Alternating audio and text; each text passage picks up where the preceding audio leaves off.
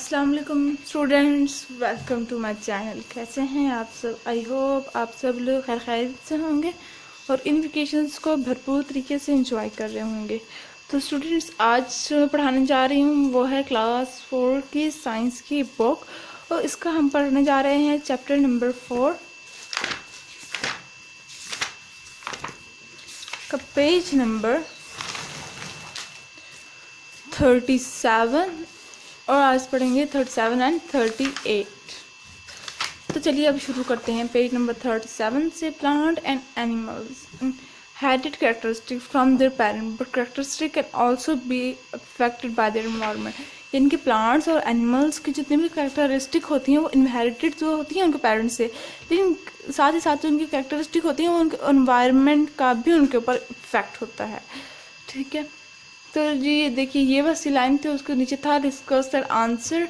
तो देखिए, there are many kind of dogs, के यहाँ पर बहुत ज़्यादा काइंड के डॉग्स भी होते हैं, काफ़ी किस्में होती हैं डॉग्स की भी। They have similarities because they are all part of the same species dog. अब उनके अंदर कुछ हर डॉग में हर डॉग की सिमिलैरिटीज़ भी होती हैं। क्यों? क्योंकि वो स्पीशीज़ तो एक ही है ना, वो तो हैं तो डॉग ही, आगे उनकी खाली किस्में अलग आ गई हैं ना, उनके टाइप्स हैं, उनकी काइंड्स आ गई हैं। ठीक है, what are the similarities and differences between the dog in the picture. आपने बताना है कि इन डॉग्स में ये जो 3 डॉग्स हैं इनमें सिमिलैरिटीज़ कौन कौन सी हैं और डिफरेंसेस कौन कौन से हैं, और इसको मुझे आपने बताना है कमेंट बॉक्स में, ज़रूर बताइएगा। तो जी अब चलते हैं हम अपने नेक्स्ट पेज के ऊपर। इस पेज पे बस इतना सा था, और अब चलते हैं हम अपने पेज नंबर 38 पर। तो देखिए, life cycle of flowering plant, ठीक है, यानी कि जिस तरह के ह्यूमंस के और एनिमल्स का लाइफ साइकिल, इंसेक्ट्स का लाइफ साइकिल हमने पढ़ाया था पिछले लेक्चर में, इसी तरह से प्लांट्स का भी एक लाइफ साइकिल होता है। अब प्लांट्स का लाइफ साइकिल कैसा होता है, देखिए, हमने पढ़ा क्या था ह्यूमंस और एनिमल्स के बारे में। सबसे पहले ह्यूमंस में सबसे पहले बेबीज़ होते हैं, फिर वो चाइल्ड बनते हैं और फिर वो अडल्ट बन जाता है। ठीक है, इसी तरह से हमने एनिमल्स में पढ़ा था कि उनके पहले कुछ अगर हम इंसेक्ट्स की बात करें तो सबसे पहले उनके एग्स होते हैं, फिर वो एग्स में से बच्चे होते हैं, फिर बच्चे फिर थोड़े से और बड़े होते हैं, फिर वो एक अडल्ट बन जाते हैं। इसी एग्जांपल हमने ली थी टेडपोल की भी, आप टेडपोल की एग्जांपल को ही देख लें।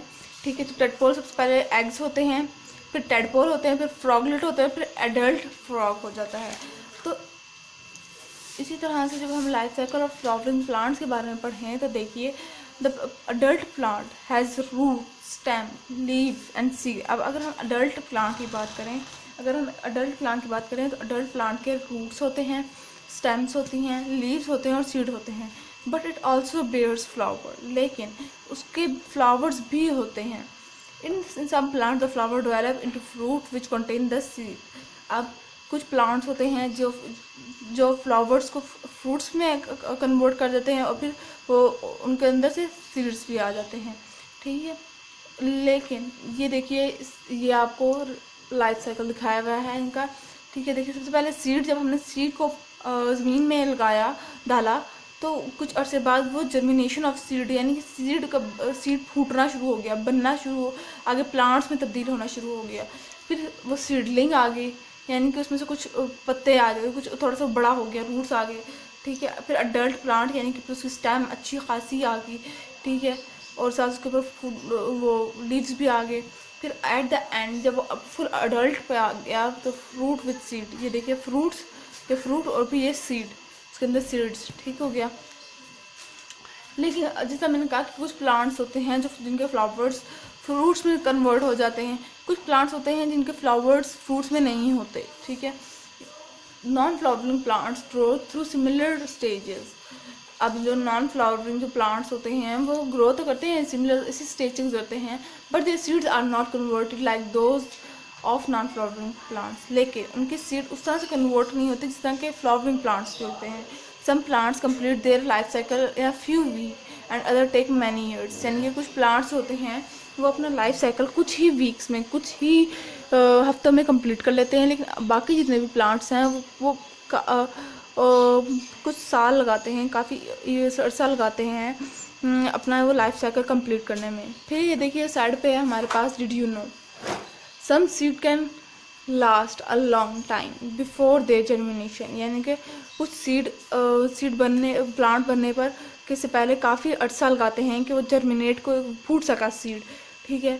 In the mid 1990s a Chinese lotus plant grew from a seed that was around 14 year old, यानी कि एक 1990 ईयर है, ठीक है। 1990s में एक के दरमियान में, यानी कि जून जुलाई में एक चाइनीज़ लोटस प्लांट जो कि उसने सीड उसका जो था वो ग्रो किया, ठीक है, वो था 14 ईयर ओल्ड था, ठीक है। तो ये जो डिड ना है ये भी थोड़ा सा इम्पॉर्टेंट है। तो जी ये थी आज की थोड़ा सा लेक्चर।